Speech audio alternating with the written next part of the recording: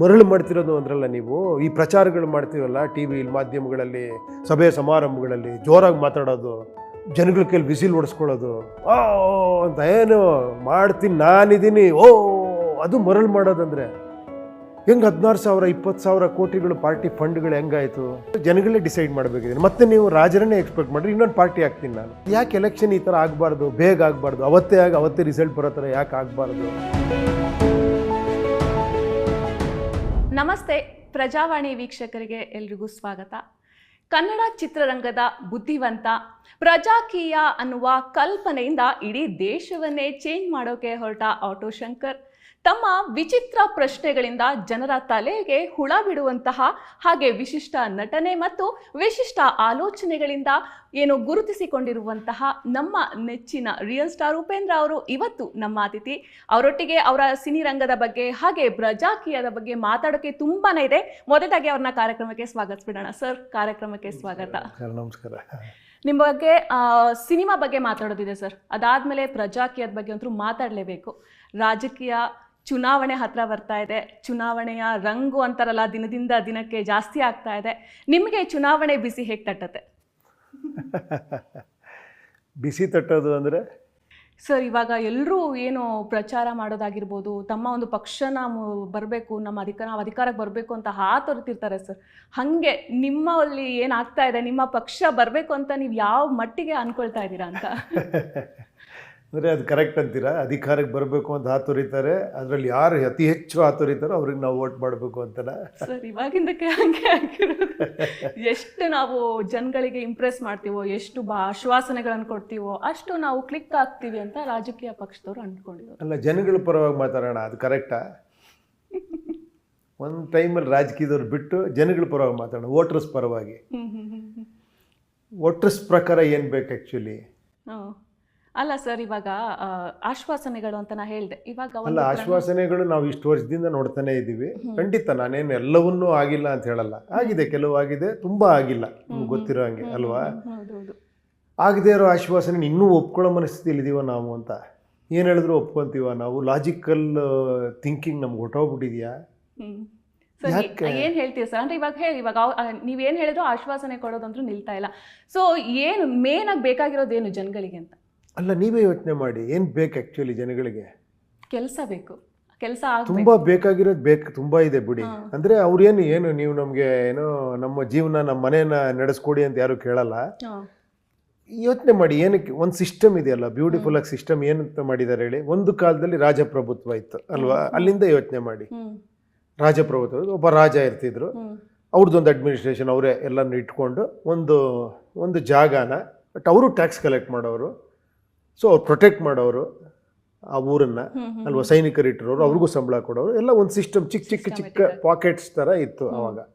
ಪಕ್ಕದ ರಾಜ ಇವನ ಮೇಲೆ ಆಡಿದಾಗ ಇವನು ಸ್ವಲ್ಪ ಸ್ಟ್ರಾಂಗ್ ಆಗಿರೋನು, ರಾಜಕೀಯಗಳು ಅವಾಗ ನಡೀತಾ ಇತ್ತು. ಅದಾದ್ರ ಮೇಲೆ ಒಂದು ಅಪ್ಡೇಟೆಡ್ ಇದು ಆ ಟೈಮಲ್ಲಿ. ಬೇಡ ಏನು ಹೇಳಿ, ಯಾರೋ ಒಬ್ಬ ವ್ಯಕ್ತಿ ಆಳ್ದಾಗ ಏನಾಗುತ್ತೆ, ಅವನ ವಂಶ ಪಾರಂಪರ್ಯ, ಅವನ ಮಗನಿಗೆ ಕೆಪಾಸಿಟಿ ಇದ್ದರೆ ಅವನು ಮತ್ತು ರಾಜ ಆಗ್ತಾನೆ, ದುರಾಡಳಿತಗಳು ಬರ್ಬೋದು.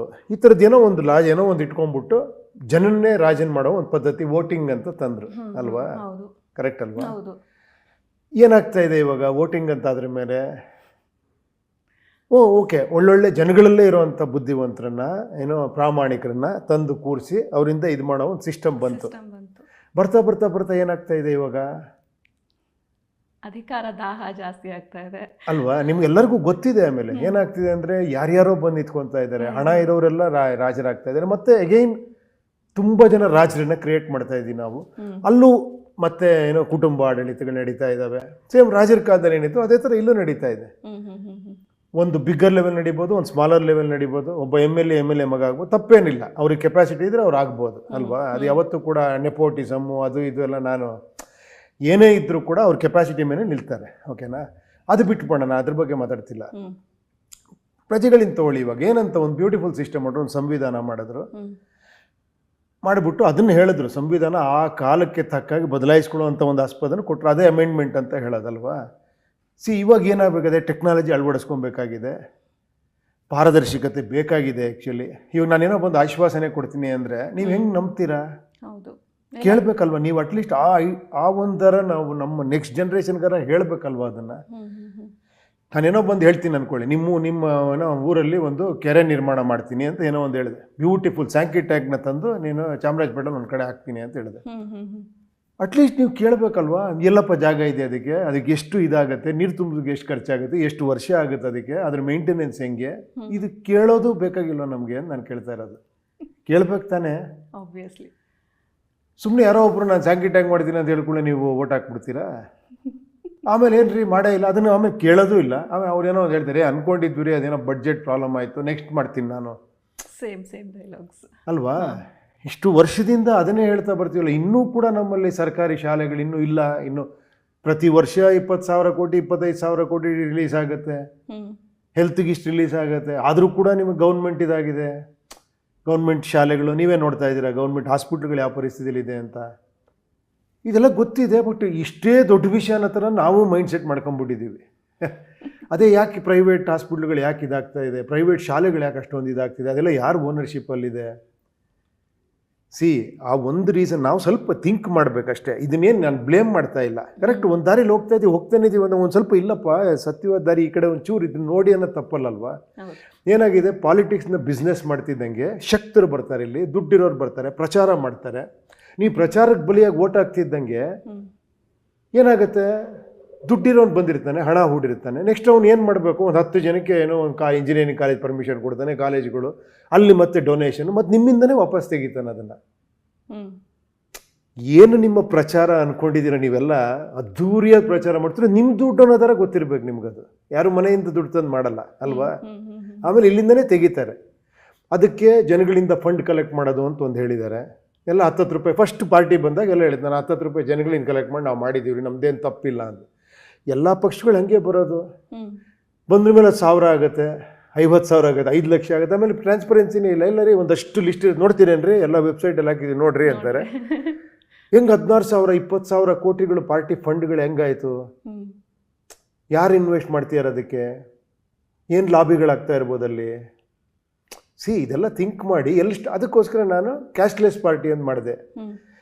ಅಂದರೆ ನಾವು ಹಣ ಸ್ವೀಕರಿಸಲ್ಲ, ಹಂಗಾರೆ ಸಣ್ಣ ಪುಟ್ಟ ಖರ್ಚುಗಳು ಅದು ನಾನು ಭರಿಸ್ತೀನಪ್ಪ ಅಂತ. ಅದಕ್ಕೂ ನೀವು ಕ್ವಶನ್ ಕೇಳ್ಬೋದು, ಏನ್ರಿ ಹಂಗಾರೆ ಕ್ಯಾಶ್ಲೆಸ್ ಹೆಂಗಾಗುತ್ತೆ ಅದು ಅಂತ. ನಾನು ಅದಕ್ಕೆ ರಿಸ್ಟ್ರಿಕ್ಟ್ ಮಾಡ್ಕೊಂಡೆ. ಈ ಕೈಲಾದಷ್ಟು ನಾನು ಮಾಡ್ಬೋದು ಅಷ್ಟೇ ಅಲ್ವಾ, ಅದಕ್ಕಿಂತ ಮೀರಿ ಮಾಡೋಕ್ಕೂ ಆಗಲ್ಲ. ಹೌದು, ಸಣ್ಣ ಪುಟ್ಟ ಒಂದು ವೆಬ್ಸೈಟ್ ಮಾಡಬೇಕು, ಟೆಕ್ನಾಲಜಿಲಿ ಎಲ್ಲನೂ ಕನೆಕ್ಟ್ ಮಾಡೋಣ, ಈ ವಿಷಯಗಳು ಶೇರ್ ಮಾಡೋಣ. ಈ ಥರನೂ ಪಾರ್ಟಿ ಮಾಡ್ಬೋದು. ಸೋಷಿಯಲ್ ಮೀಡಿಯಲ್ಲಿ ಕನೆಕ್ಟ್ ಮಾಡ್ಬೋದು ಜನನ. ಇವಾಗ ಸೋಷಿಯಲ್ ಮೀಡಿಯಾ ಅಷ್ಟು ಪವರ್ಫುಲ್ ಆಗಿದೆ. ನೀವೇ ಬರ್ತಿದ್ದಂಗೆ ಏನು ಹೇಳಿದ್ರಿ, ಡಿಜಿಟಲ್ ಮಾರ್ಕೆಟಿಂಗ್ ತುಂಬ ದೊಡ್ಡ ರೆವಲ್ಯೂಷನ್ ಸಾರ್ ಅಂತ ಹೇಳಿದ್ರಿ ಅಲ್ವಾ. ಪ್ರತಿಯೊಬ್ಬರ ಕೈಯಲ್ಲೂ ಕೂಡ ಇವಾಗ ನ್ಯೂಸ್ ಪೇಪರ್ ಇದೆ, TV ಚಾನಲ್ ಇದೆ. ಆಮೇಲೆ ಎಲ್ಲದಕ್ಕಿಂತ ಹೆಚ್ಚಾಗಿ ಅವರೇ ಎಡಿಟರ್ಗಳು, ಅವರೇ ರಿಪೋರ್ಟರ್ಗಳು. ಇವಾಗ ಜನಗಳು ಅವ್ರಿಗನ್ಸಿದ್ದು ಅವರೇ ರೆಕಾರ್ಡ್ ಮಾಡಾಕ್ತಾರೆ, ಶೇರ್ ಮಾಡ್ತಾರೆ, ಕನೆಕ್ಟ್ ಆಗಿದ್ದಾರೆ. ಇಂಥ ಒಂದು ಇದ್ದಾಗ ಟ್ರಾನ್ಸ್ಪರೆನ್ಸಿ ಯಾಕೆ ತರಕ್ಕೆ ಸಾಧ್ಯ ಇಲ್ಲ. ಆಮೇಲೆ ವಿತೌಟ್ ಕ್ಯಾಶ್ ತೆಗೆದು ಒಂದು ಸಂಬಳಕ್ಕೆ ಕೆಲಸ ಮಾಡೋಂಥ ವ್ಯವಸ್ಥೆ ಯಾಕೆ ತರಕ್ಕೆ ಸಾಧ್ಯ ಇಲ್ಲ ಅಂತ. ಈಗ ಫಾರ್ ಎಕ್ಸಾಂಪಲ್ ಕೆಲಸ ಅಂದ್ಕೊಳ್ಳಿ, ಇದನ್ನು ಒಂದು 2 ಲಕ್ಷ ರೂಪಾಯಿ ಸಂಬಳ ಇದೆ ಒಬ್ಬ MLAಗೆ ಅಂದ್ಕೊಳ್ಳಿ. 2 ಲಕ್ಷ ರೂಪಾಯಿ ಸಂಬಳಕ್ಕೆ ಕೆಲಸ ಮಾಡಬೇಕಂದ್ರೆ ಅವನು ವಿತೌಟ್ ಇನ್ವೆಸ್ಟ್ ಮಾಡ್ದೇನೆ ಬರೀ ಒಂದು ಏನಿದೆಯೋ ಠೇವಣಿ ಹಣ ಕಟ್ಕೊಂಡು ಅವ್ನು ತನ್ನ ವಿಚಾರಧಾರೆಗಳನ್ನ ಹೇಳ್ಕೊಂಡು ಶಕ್ತನಾಗಿದ್ದರೆ ಅವ್ನು ಯುವಕ, ಒಂದು ಸ್ವಲ್ಪ ಏನೋ ವಿಚಾರವಂತನಾಗಿದ್ದರೆ ಎಲ್ಲದಕ್ಕಿಂತ ಹಾನೆಸ್ಟ್ ಆಗಿರಬೇಕು. ಹಾನೆಸ್ಟಿ ನೀವು ನಂಬೋಕ್ಕಲ್ಲ, ಅದಕ್ಕೊಂದು ಮಿಷಿನ್ ಇಲ್ಲ ಕಂಡುಹಿಡಿಯೋದಕ್ಕೆ. ಹಿಂಗೆ ಕುಯ್ ಅಂದ್ಕೊಳ್ಳಿ ಅವ್ನು ಹಾನೆಸ್ಟು, ಇವನ್ನ ಸೆಲೆಕ್ಟ್ ಮಾಡೋಣ ಅಂತ. ಎಗೈನ್ ಹಾನೆಸ್ಟಿಗೆ ನೀವು ನನ್ನನ್ನು ನಂಬಿ ಅನ್ನೋದು ತಪ್ಪಾಗುತ್ತೆ. ನನ್ನನ್ನು ನಂಬಿ ಅನ್ನೋ ಬದಲು ನಾನು ಪಾರದರ್ಶಕವಾಗಿ ಇದ್ಬಿಟ್ರೆ ಬೆಟ್ರ್ ಅಲ್ವಾ. ನೀನು ಯಾಕೆ ನನ್ನ ನಂಬ್ತೀಯ, ನೋಡು ನೀನು ದುಡ್ಡು ಇಷ್ಟಿದೆ, ಇಷ್ಟು ಹಿಂಗೆ ಮಾಡಿದ್ದೀನಿ ನೋಡಿ ಎಲ್ಲ ತೋರಿಸಿದ್ದೀನಪ್ಪ, ನೀನು ಮಿಕ್ಕಿದ್ದು ಚೆಕ್ ಮಾಡ್ಕೊ ಅಂದರೆ ಅದು ಬೆಟರ್ ಅಲ್ವಾ. ಸರ್, ಇವಾಗ ಒಂದು ಮಾತೇನಿದೆ ಅಂತಂದರೆ 2018ಕ್ಕೆ ಉಪೇಂದ್ರ ಅವರು ಪ್ರಜಾಕೀಯ ಅಂತ ಅಬ್ಬರಿಸಿದ್ರು. ಅದಾದಮೇಲೆ 5-6 ವರ್ಷ ಬಳಿಕ ಚುನಾವಣೆ ಬಂದ ತಕ್ಷಣ ಮತ್ತೆ ಅವರು ಚಾಲ್ತಿ ಬಂದರು, ಮಾತಾಡೋದಕ್ಕೆ ಬಂದರು ಅಂತ ಒಂದಿಷ್ಟು ಆರೋಪಗಳು. ಇಲ್ಲ, ನೀವು ನೋಡಿ, ಅದು ನಾನು 5 ವರ್ಷದಿಂದ ನಾವು ಸಕ್ರಿಯವಾಗೇ ಇದ್ದೀವಿ. ನಾನು ಟ್ವೀಟ್ ಮಾಡ್ತಾನೆ ಇರ್ತೀನಿ, ನಾನು ಎಲ್ಲಿ ಸಾಧ್ಯವೋ ಅಲ್ಲಿ ಕಾಲೇಜ್ಗಳಿಗೆ ಹೋಗಿ ಮಾತಾಡ್ತೀನಿ. ಆಮೇಲೆ ಎಷ್ಟೋ ಜನ ಯುವಕ ಯುವತಿಯರು ಇದನ್ನು ಪೇಜ್ಗಳು ಮಾಡಿಕೊಂಡು, ವಾಟ್ಸಪ್ ಗ್ರೂಪ್ಗಳು ಮಾಡಿಕೊಂಡು ತುಂಬ ಜನ ಅವ್ರವ್ರು ಶೇರ್ ಮಾಡ್ತಾ ಇದ್ದಾರೆ, ಅವ್ರವ್ರು ಸ್ಪ್ರೆಡ್ ಆಗ್ತಾನೇ ಇದೆ. ಇದು ಆ್ಯಕ್ಚುಲಿ ಆ್ಯಕ್ಟಿವ್ ಆಗಿರೋದು ನಾವೇ. ತುಂಬ ಎಲೆಕ್ಷನ್ ಟೈಮಲ್ಲಿ ಬಂದು ಆ್ಯಕ್ಟಿವ್ ಆಗೋದಲ್ಲ ಇಲ್ಲಿ. ಹಂಗೆ ನೋಡೋಕೆ ನಾವು ಕಾಣಿಸೋದೇ ಇಲ್ಲ ಎಲೆಕ್ಷನ್ ಟೈಮಲ್ಲಿ. ಎಲ್ಲಿ ಮಾಧ್ಯಮಗಳಲ್ಲಿ ಎಲ್ಲಿ ಬರ್ತೀವಿ ನಾವು ಅಲ್ವಾ. ಎಲ್ಲ ನಿಮ್ಮ ಥರದವ್ರು ಬಂದು TV ಕೇಳಿದಾಗ ಈ ಥರ ಸೋಷಿಯಲ್ ಮೀಡಿಯಾಲೇ ನಾವು ಮತ್ತೆ ನಮ್ಮ ವಿಚಾರನ ಹೇಳ್ತಾ ಇದ್ದೀವಿ ಅಷ್ಟೇ. ಹೇಗೇನು ನಾವು ಹೇಳ್ತಿರೋದು ಜನಗಳೇ ಡಿಸೈಡ್ ಮಾಡಬೇಕಿದೆ. ಮತ್ತೆ ನೀವು ರಾಜರನ್ನೇ ಎಕ್ಸ್ಪೆಕ್ಟ್ ಮಾಡಿರಿ, ಇನ್ನೊಂದು ಪಾರ್ಟಿ ಆಗ್ತೀನಿ ನಾನು, ಮತ್ತೆ ನಾನು ಪ್ರಚಾರ ಮಾಡೋಕ್ಕೆ ಶುರು ಮಾಡ್ತೀನಿ. ಅದಕ್ಕೆ ದುಡ್ಡು ಬೇಕಾಗುತ್ತೆ. ದುಡ್ಡನ್ನು ನಾನು ಒಬ್ಬನ ಕೈಲಿ ಹಾಕೋಕ್ಕಾಗಲ್ಲ, ಎಲ್ಲರ ಹತ್ರ ತೊಗೊತೀನಿ. ದುಡ್ಡಿರೋನಿಗೆ ನಾನು ಟಿಕೆಟ್ ಕೊಡ್ತೀನಿ. ಅವನು ಈ ಕೆಪಾಸಿಟಿ ಇದೆಯಲ್ಲ ನಾನು ನೋಡಲ್ಲ, ಅವ್ನು ಗೆಲ್ಬೇಕು ಇವಾಗ ನನಗಷ್ಟೇ, ಆಮೇಲೆ ನೋಡ್ಕೊಳ್ಳೋಣ ಬಿಡ್ರಿ ಅಂತ. C again one more political party ಆಗುತ್ತೆ. ಆ ಒಂದು ರೀಸನ್ಗೋಸ್ಕರ ನಾನು ಸ್ವಲ್ಪ ಒಂದು ಈ ಥರ ಈ ದಾರಿಲಿ ಹೊರಟಿದ್ದೀವಿ. ಸರ್, ಈಗ ಪ್ರಜಾಕೀಯ ಅಂತಂದರೆ ನೀವೇ ಹೇಳ್ತೀರಿ ಇದು ಜನಗಳ ತೀರ್ಮಾನ ಅಂತ, ಜನಗಳಿಗೋಸ್ಕರನೇ ರೆಡಿ ಆಗಿರುವಂತಹ ಒಂದು ಪಕ್ಷ ಅಂತ. ಹಾಗಾದರೆ ಇದು ರಾಜಕೀಯ ಪಕ್ಷನೋ ಅಥವಾ ಬೇರೆನೋ, ನಮಗೆ ಅದು ಕನ್ಫ್ಯೂಷನ್ ಆಗ್ತಾ ಇದೆ. ಅಲ್ಲ, ರಾಜಕೀಯನ ಇವಾಗ ಈ ಕಾನ್ಸ್ಟಿಟ್ಯೂಷನ್ ಇರುವಂಥ ಎಲೆಕ್ಷನ್ ಕಮಿಷನ್ನು ಇದೆಲ್ಲವೂ ಒಂದು ಸೆಟಪ್ ಇದೆಯಲ್ಲ, ಅದಕ್ಕೆ ಅದನ್ನ ಯಾಕೆ ಪ್ರಜಾಕೀಯ ಮಾಡಬಾರ್ದು ಅಂತಷ್ಟೇ. ಸೇಮ್ ಥಿಂಗೆ ನಾವು ಎಲೆಕ್ಷನಲ್ಲಿ ನಿಲ್ತಾ ಇದ್ದೀವಿ, ಬಟ್ ಏನಂದರೆ ಪ್ರಚಾರ ಮಾಡದೆ ನಿಲ್ತಾ ಇದ್ದೀವಿ, ಬರೀ ವಿಚಾರನೇ ಪ್ರಚಾರ ಆಗಲಿ ಅಂತ ನಿಲ್ತಾ ಇದ್ದೀವಿ. ಏನು ಹೇಳಿ ಕ್ಯಾಶ್ನ ಇದು ಮಾಡಿದ್ದೀವಿ ನಾವು. ಏನೋ ವ್ಯಕ್ತಿ ಇದುವರೆಗೂ ಪಕ್ಷ ನೋಡಿ ಓಟ್ ಹಾಕೋರು, ಆಮೇಲೆ ವ್ಯಕ್ತಿ ನೋಡಿ ಓಟ್ ಹಾಕಕ್ಕೆ ಶುರು ಮಾಡಿದ್ರು. ನಾವು ಹೇಳ್ತಿರೋದು ವ್ಯಕ್ತಿನೂ ನೋಡಬೇಡಿ, ವಿಚಾರ ನೋಡಿ ಓಟ್ ಹಾಕಿ. ವ್ಯಕ್ತಿನ ಯಾಕೆ ನಂಬ್ತೀರಾ? ಏನು ಕೆಲಸ ಮಾಡ್ತಾನೆ, ಹ್ಯಾಕೆ ಕೆಲಸ ಮಾಡ್ತಾನೆ, ಎಷ್ಟು ಟ್ರಾನ್ಸ್ಪರೆಂಟಾಗಿ ಕೆಲಸ ಮಾಡ್ತಾನೆ, SOP ಸ್ಟ್ಯಾಂಡರ್ಡ್ ಆಪರೇಟಿಂಗ್ ಪ್ರೊಸೀಜರ್ ಇದೇ ಥರ ಕೆಲಸ ಮಾಡಬೇಕು ಅಂತ. ಸಿ ಒಂದು ರಿಸ್ಟ್ರಿಕ್ಟೆಡ್ ಆಗಿ ಒಂದು ಪಕ್ಕ ಒಂದು ಕಾರ್ಯ ದಿಕ್ಸೂಚಿ ಅಂತ ಇಟ್ಕೊಂಡು ಮಾಡಿದಾಗ ಇಲ್ಲಿ ಬಂದು ಯಾರು ತಪ್ಪು ಮಾಡೋಕೆ ಆಗಬಾರ್ದು ಅಂತ ಒಂದು ಪ್ಲ್ಯಾನ್ ಮಾಡಬೇಕಿಲ್ಲಿ ಅಲ್ವಾ. ಫಾರ್ ಎಕ್ಸಾಂಪಲ್, ನಿಮ್ಮಲ್ಲಿ ಒಬ್ಬನ ಕೆಲಸಕ್ಕೆ ಇಟ್ಕೊತೀರಾ ಅನ್ಕೊಳ್ಳಿ, ಅವ್ನು ನಂಬಿ ನೀವು ಬಿಟ್ಬಿಡ್ತೀರಾ? ಇಲ್ಲ. ಹೇಳಿ, ನಿಮ್ಮಲ್ಲೇ ಏನೋ ಒಂದು ಯಾವುದೋ ಒಂದು ಕೆಲಸಕ್ಕೆ ಇಟ್ಕೊತೀರಾ, ನೀವು ಒಂದು ಲಕ್ಷ ಕೊಟ್ಬಿಟ್ಟು ನೋಡಪ್ಪ ಒಂದು 6 ತಿಂಗಳು ನೀವು ನಡೆಸ್ಕೊಂಡು ಹೋಗು ಮನೇನ ಅಂತ ಕೇಳ್ತೀರ ತಾನೆ ಲೆಕ್ಕ. ಏನಪ್ಪ ಆಯಿತು, 5,000 ರೂಪಾಯಿ ಇತ್ತು ತಂದಿದ್ದು, ಎಲ್ಲಿಂದ ತಂದೆ ನೀನು? ಅಕ್ಕಿ ಎಲ್ಲಿಂದ ತಂದೆ, ಬೇಳೆ ಎಲ್ಲಿಂದ ತಂದೆ, ಎಷ್ಟಿದೆ ಅಲ್ಲಿ kg, ಇಲ್ಲಿ ಯಾಕೆ ತೊಗೊಂಡೆ, 25 ರೂಪಾಯಿ ಕೊಟ್ಟೆ, ಇಲ್ಲಿ ಬೆಟ್ರಾಗಿ ಸಿಗುತ್ತಲ್ಲ ಅಂತ ಇಷ್ಟು ಕೇಳ್ತೀರಲ್ವ ನೀವು. ಇದು ದೇಶ ಅನ್ನೋದು ನಿಮ್ಮ ಮನೆಯೇ ತಾನೆ. ಅಲ್ಲೂ ಒಂಚೂರು ಇನ್ವಾಲ್ವ್ ಆಗ್ಬೋದಲ್ವಾ? ಖಂಡಿತ ಆಗ್ತಾರೆ. ಆಗಲ್ಲ ಜನಕ್ಕೆ ಅದು ಆಗಲ್ಲ ಅಂತ ನಾವು ಹೇಳ್ಕೊಂಡು ರಾಜಕೀಯ ಮಾಡ್ತಾ ಇದ್ದೀವಿ ಅಷ್ಟೇ. ಸರ್, ನೀವು SOP ಬಗ್ಗೆ ಹೇಳಿದ್ರಿ, ನೀವು ಒಂದು ವಿಡಿಯೋ ಕೂಡ ಮಾಡಿದ್ರಿ, ಯಾವ ಥರ ನಮ್ಮ ಕಾರ್ಯವೈಖರಿ ಪ್ರಜಾಕೀಯದಲ್ಲಿ ನಡೆಯುತ್ತೆ ಅಂತ. ಆ ಥರ ಉಪೇಂದ್ರ ಅವ್ರು ಕೆಲಸ ಮಾಡ್ತಾ ಇದ್ದಾರಾ ಅಂತ ಒಂದು. ಅಲ್ಲ, ಕೆಲಸ ಮಾಡೋದು ನನಗೆ ಕೆಲಸ ಕೊಟ್ರ ಮೇಲೆ ತಾನೇ ಮಾಡೋದು. ನನಗೆ ನೀವು ಫಸ್ಟ್ ಆಫ್ ಆಲ್ ನಿಮ್ಮ ಮನೇಲಿ ಕೆಲಸ ಕೊಡ್ಬೇಕು, ನನಗೊಂದು ಸಂಬಳ ಫಿಕ್ಸ್ ಮಾಡ್ಬೇಕು ನೀವು, ಆಮೇಲೆ ಹೆಂಗೆ ಕೆಲಸ ಮಾಡ್ತೀವಿ ಅಂತ ಹೇಳಿದ್ದೀವಿ ಅಷ್ಟೇ. ಈಗ ನೋಡಿ, ಅದು ಕೂಡ ಹಂಗೆ ಆಗೋಗ್ಬಿಟ್ಟಿದೆ. ನೀವು ಕೆಲಸ ಮಾಡಿದ್ರೆ ನಾವು ನಿಮ್ಗೆ ಕೆಲಸ ಕೊಡ್ತೀವಿ ಅನ್ನೋ ಥರ. ಅದು ನಂಗೆ ಅರ್ಥನೇ ಆಗಲ್ಲ ಅದು. ಸರ್, ಅಲ್ಲ ಸರ್, ಇವಾಗ ಹೇಳಿದ್ರಿ, ಇವಾಗ ಪ್ರಚಾರ ಇಲ್ಲ, ನೀವೆಲ್ಲೂ ಕೂಡ ಪ್ರಚಾರಕ್ಕೆ ಹೋಗ್ತಾ ಇಲ್ಲ. ನಾವು ನೋಡಿದ್ದೀವಿ, ಎಷ್ಟೋ ರಾಜಕೀಯ ಪಕ್ಷಗಳು ಎಷ್ಟೆಷ್ಟೊಂದು ದುಡ್ಡು ಸುರಿತಾರೆ ಪ್ರಚಾರಕ್ಕೆ ಅಂತಾನೆ, ಜನಗಳನ್ನ ಸೇರಿಸ್ತಾರೆ. ಆ ಥರ ನಿಮ್ಮ ಪ್ರಜಾಕೀಯ ಪಕ್ಷದಿಂದ ಒಂದು ಆಗಿಲ್ಲ ಕೆಲಸಗಳು. ಸೊ ಹೆಂಗೆ ಜನರಿಗೆ ಗೊತ್ತಾಗಬೇಕು ಅಂತ? ಇವು ನಿಮ್ಗೆ ಹೆಂಗೆ ಗೊತ್ತಾಯಿತು? ಸೋಷಿಯಲ್ ಮೀಡಿಯಾ ಗೊತ್ತಾಯ್ತಲ್ವಾ? ಈಗ ನೀವು ಬಂದಿದ್ದೀರಾ, ಈ ವಿಚಾರ ಮಾತಾಡ್ತಿದ್ದೀವಿ, ಇದನ್ನೊಂದಷ್ಟು ಜನ ನೋಡ್ತಾರೆ, ಅವ್ರಿಗೆ ಗೊತ್ತಾಗುತ್ತೆ ಅಲ್ವಾ? ಎಲ್ಲರೂ ಎಚ್ಚೆತ್ಕೊಬೇಕಲ್ವಮ್ಮ, ಪ್ರತಿಯೊಬ್ಬರು ಕೂಡ. ಇದನ್ನು ನಾವು ಏನೋ ಒಂದು, ನಾನು ಹೇಳ್ತೀನಿ, ಕೆಲವರು ತಮಾಷೆಯಾಗಿ ತೊಗೊತಾರೆ ಪಾಲಿಟಿಕ್ಸ್ನ, ಕೇರ್ಲೆಸ್ ಆಗಿ ತೊಗೊತಾರೆ. ಯಾರು ಬಂದರೂ ಅಷ್ಟೇ ರೀ ಅಂತ. ಅಂದರೆ ಏನಂದರೆ, ಒಂದು ನಾನು ಹೋಪ್ಸ್ನ ಕಳ್ಕೊಂಬಿಡಿ ಅನ್ನೋ ಥರ, ಇನ್ನೊಂದು ನಾನು ಅತಿ ಬುದ್ಧಿವಂತ ಅನ್ನೋ ಥರ. ಬಿಡ್ರಿ ಏನಾಗಲ್ಲ, ನಾನು ನೋಡದೇ ಇರೋದೇನ್ರಿ, ಎಲ್ಲ ಅಷ್ಟೇ ರೀ. ಆ ಒಂದು ಇದನ್ನು ಬಿಟ್ಟು ಸಾಧ್ಯ ಅನ್ನೋದು ನಿಮ್ಮ ಮಕ್ಕಳಿಗೋಸ್ಕರ, ನಿಮ್ಮ ಮೊಮ್ಮಕ್ಕಳಿಗೋಸ್ಕರ ಎಲ್ಲ ಚೂರು ಆಗಬೇಕಲ್ವಾ? ಹಿಂಗೆ ಕೇರ್ಲೆಸ್ ನಾವು ಮಾಡ್ತಾ ಹೋದರೆ ಅವರು ಕೂಡ ಹಂಗೆ ಇರ್ತಾರೆ. ಜನಕ್ಕೆ ಬೇಕಾಗಿಲ್ಲ ರೀ, ನೀವು ಹೇಳ್ತೀರಾ ಅಷ್ಟೇ ರೀ ಅಂತಾರೆ ಅಲ್ವಾ? ನಾನು ಹೋಪ್ಸ್ ಇಟ್ಕೊಂಡಿದ್ದೀನಿ. ಇಲ್ಲ, ಜನಗಳೆಲ್ಲ ಹೋಪ್ಸ್ ಇದೆ, ಯಂಗ್ಸ್ಟರ್ಸ್ ಎಲ್ಲ ಒಂದು ಇದಿದೆ, ಖಂಡಿತ ಅವ್ರಿಗೆಲ್ಲ ಒಂದು ಬದಲಾವಣೆ ಬೇಕಾಗಿದೆ. ಪ್ರಜಾಪ್ರಭುತ್ವದಲ್ಲಿ ರಾಜರಾಗಕ್ಕೆ ರೆಡಿ ಇದ್ದಾರೆ, ಯುವಕರುಗಳು ಇನ್ವಾಲ್ವ್ ಆಗಕ್ಕೆ ರೆಡಿ ಇದ್ದಾರೆ. ನಾವು ಅವರು ಏನೂ ಗೊತ್ತಿಲ್ಲ ಅಂತ. ನಾನು ಒಂದು ಸಿಂಪಲ್ ಇನ್ನೊಂದು ಎಕ್ಸಾಂಪಲ್, ನಿನ್ನೆ ಒಂದು ಯಾವುದೋ ಇದರಲ್ಲಿ ಹೇಳಿದೆ. 2 ಮನೆ ಇದೆ ಅಂದ್ಕೊಳ್ಳಿ, ಇಬ್ಬರು ಅಪ್ಪಂದ್ರಿದ್ದಾರೆ. ಒಬ್ಬ ಅಪ್ಪ ಪಕ್ಕ ರಾಜಕೀಯದಪ್ಪ. ಅವ್ನು ಹೇಳ್ತಾನೆ, ಮಕ್ಳು ನಿಮ್ಗೇನು ಗೊತ್ತಾಗಲ್ಲ, ನಾನು ಹೇಳಿದೆ ನನಗೆ ಕೆಲಸ ಮಾಡ್ಕೊಂಡು ಹೋಗಿ ಅಂತ ಅವನೇ ಎಲ್ಲ ನೋಡ್ಕೊತಾ ಇದ್ದಾನೆ ಅನ್ಕೊಳ್ಳಿ. ಇನ್ನೊಬ್ಬ ಸ್ವಲ್ಪ ಪ್ರಜಾಕೀಯದಪ್ಪ ಅನ್ಕೊಳ್ಳಿ.